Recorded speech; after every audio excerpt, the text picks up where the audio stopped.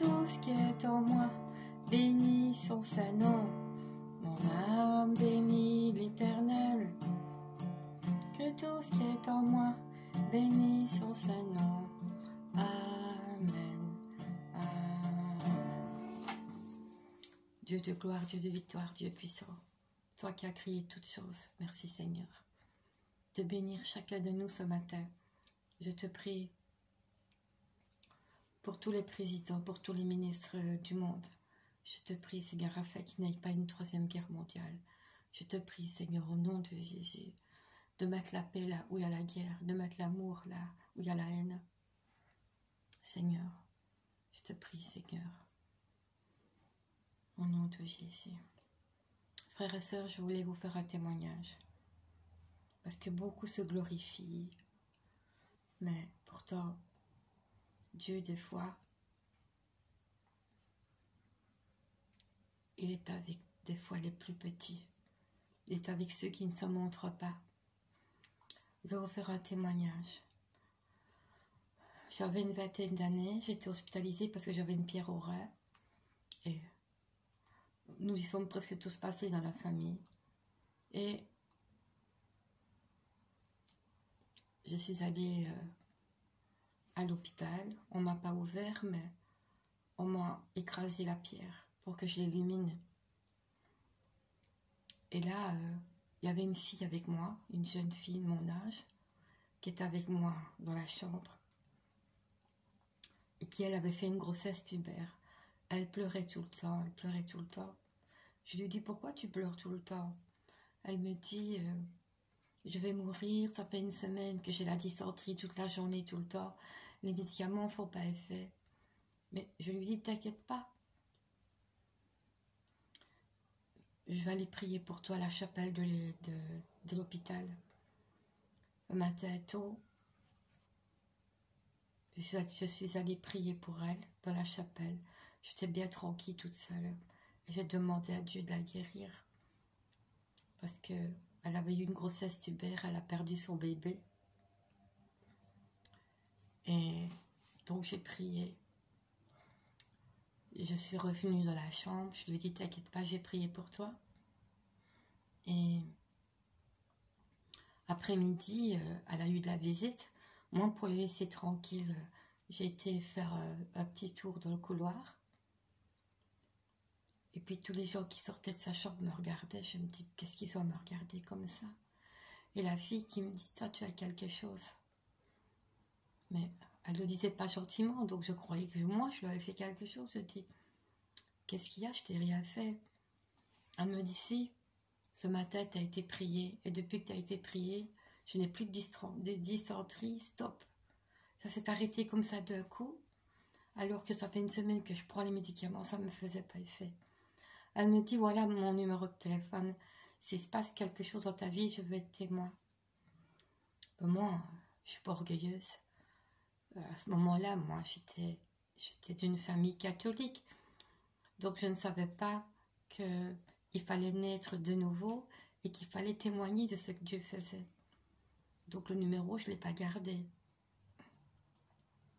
Et puis, j'ai vu plusieurs miracles. Je travaillais dans une maison de repos et ma collègue, ça faisait 7 ans qu'elle essayait d'avoir un enfant, elle ne parvenait pas.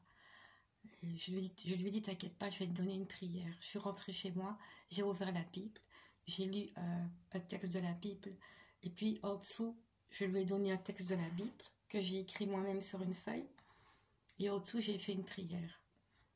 J'ai écrit une prière, je lui ai donné. Et 1 an ou 2 après, je l'ai vue dans la rue avec une poussette. Elle avait eu une petite fille. Et pourtant, les médecins disaient que c'était fini, qu'elle n'en aurait pas. Donc, vous voyez ce que Dieu fait. Je ne suis pas un pasteur, je ne suis pas un micro. Et pourtant, je vois la main de Dieu autour de moi. Mais j'ai été fort rejetée par l'Église et par les pasteurs. Et pourtant, j'ai quelque chose de Dieu. Je me dis que si je suis rejetée par un pasteur ou par un bishop, c'est qu'il n'est pas de Dieu. parce qu'on reconnaît les prophètes de Dieu, on les reconnaît les prophètes de Dieu, et les vrais serviteurs. Un jour, je ne sais pas pourquoi, j'ai dit à ma fille, ne va pas, parce que j'ai une fille unique, je lui ai dit, ne va pas chez ta copine Rachida, demande plutôt à Rachida qu'elle vienne chez toi. Je ne sais pas pourquoi j'ai dit ça. Ma fille ne m'a pas écoutée, elle a été chez Rachida, et le petit de ma fille, il est tombé sur la table vitrée chez Rachida, il a dû aller en urgence, il avait la bouche comme Quasimodo. Et quand ma fille m'a téléphoné et que j'ai vu sur internet la bouche du petit, je suis vite descendue. Je lui ai posé la main et j'ai prié. Je lui ai dit, sois guéri au nom de Jésus. L'après-midi, le mari de ma fille est descendu.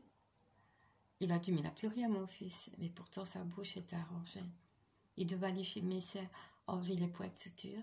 Les poids de suture sont partis. Et ce n'était pas des poids de suture qui devaient se dissoudre. Le médecin avait bien dit qu'il fallait qu'il retire chez lui les poids de suture. C'était des gros fils noirs. Voilà. Ça, il faut le témoigner, ce que Dieu fait. Un jour, ma fille me téléphone, elle me dit, il faut vite que j'aille au garage de Mourad, parce que la petite s'est pris le coin d'une porte. Donc, je conduis ma fille au garage, et la petite, elle était gonflée, elle avait un gros trou au front. Et ma fille paniquait, il faut aller aux urgences, vite, vite. Et je ne sais pas pourquoi. Je lui ai dit, écoute, ne panique pas, conduis ma voiture, donne-moi la petite. Je m'asseoir derrière avec elle. Sans rien faire, sans rien dire, elle était sur moi. Elle a guéri. Le gonflement est parti, le trou s'est refermé. Je dis à ma fille, va au carrefour faire tes courses tranquillement, ne va pas aux urgences. Ma fille, quand elle est sortie, elle m'a écoutée, quand elle est sortie du carrefour, elle a vu sa fille qui n'avait plus rien sur le front. Voilà, des personnes comme moi sont rejetées. J'ai eu des visions par rapport à un pasteur, par rapport même à son mariage. J'ai vu aussi la sorcellerie, j'ai vu l'esprit de sirène. J'ai vu une jeune fille couchée sur un lit, en vêtements de sirène, je l'ai vue. On aurait vraiment dit une sirène. Voilà, Dieu nous montre les choses cachées. Et pourtant, je ne me vante pas. Ici, je fais ce témoignage pour dire que Dieu existe. Que vraiment, ce que Jésus a fait à Jérusalem, tout ce qu'il a fait en Israël, il le fait encore aujourd'hui. Et nous sommes en Belgique. Et il a même fait des miracles ici en Belgique. Donc vous voyez, c'est pour ça que Jésus il a dit d'aller partout dans le monde, prêcher la bonne nouvelle. Regardez, je ne suis pas à Jérusalem, je suis en Belgique. Et Dieu a fait des miracles. Une fois, un terrible m'appelle pour aller faire la nuit dans un hôpital à Oui. J'y suis allée. La fille, je ne la connaissais pas. Elle m'a dit, tu prépares les médicaments jusqu'à minuit parce que j'ai des urgences. Et je viendrai voir si tu as bien préparé les médicaments du minuit pour le lendemain. J'ai préparé les médicaments de 10h à minuit. Elle est venue vérifier. Elle a dit, c'est ok, tout est bien fait. Et j'allais souvent faire le tour auprès d'une femme qui avait de l'oxygène et une bonbonne aussi pour respirer. Mais je la regardais avec compassion, elle me faisait de la peine. Et l'infirmière, elle avait été dire au médecin de garde de nuit qu'elle ne passerait pas la nuit, qu'il fallait se préparer. Et à 4h du matin, ma collègue m'appelle, elle dit, bon, maintenant on va s'arrêter 5 minutes pour boire quelque chose ou manger quelque chose. Je ne la connaissais pas, elle m'a dit, toi tu as quelque chose que les autres n'ont pas. Je ne comprenais pas. Je ne me posais pas de questions. Et je n'ai pas répondu, je ne comprenais pas. Et elle m'a dit, je suis infirmière depuis des années. Je n'ai jamais passé une nuit comme celle-ci. La femme le matin était guérie. Plus d'oxygène, elle n'était pas morte. Gloire à Dieu. Donc j'ai vu beaucoup de choses comme ça dans ma vie. Dieu est vivant. Croyez-moi bien que Dieu est vivant. Nous ne devons pas glorifier une personne. Dieu il fait des miracles pour témoigner qu'il est là. Nous ne devons pas glorifier, par exemple, on ne doit pas me glorifier moi, parce que je raconte que Dieu a fait des miracles à travers moi. Non, moi j'ai rien à voir là-dedans. C'est la main de Dieu. Parce que Jésus a dit, il te sera fait selon ta foi. Si vraiment tu cherches Jésus, si vraiment tu as la foi en Jésus, tu verras des choses. Tu verras des choses. Voilà, je voulais vous partager cela. Mais moi, j'y suis pour rien là-dedans. Pourquoi est-ce que Jésus a dit à ses apôtres, quand ils ont dit, pourquoi tu n'as pas été voir Lazare plus tôt? Il n'aurait pas été mort. Il a répondu quoi, Jésus?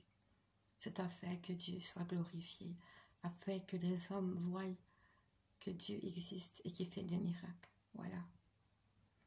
Voilà pourquoi Dieu, des fois, à travers des personnes, il fait ces choses. C'est parce que tu cherches tellement Dieu, tu l'aimes tellement. Et plus on te rejette à l'église, et plus Dieu fera pour toi. Plus les gens te rejettent, et plus Dieu se rapprochera de toi. C'est ça que vous ne savez pas. Parce que les gens, ils croient que, parce qu'ils chantent des louanges, parce qu'ils sont toujours à côté du pasteur avec un micro, ils croient qu'ils sont plus aimés que nous les simples. Au contraire, Dieu, il va venir auprès des gens qui ont été rejetés, auprès des gens qui ont connu la pauvreté, auprès des gens qui ont envie d'aimer et de servir Dieu. C'est ça, la vérité. Soyez bénis au nom de Jésus et j'espère que Dieu fera des miracles dans vos vies aussi et qu'il fasse des miracles aussi pour ce monde qui a beaucoup souffert du Covid, qui a beaucoup souffert de la pandémie et que Dieu se souvienne de nous, que Dieu se souvienne de nous parce que nous le cherchons. Nous cherchons la vérité. Nous cherchons Dieu. Amen. Soyez bénis au nom de Jésus.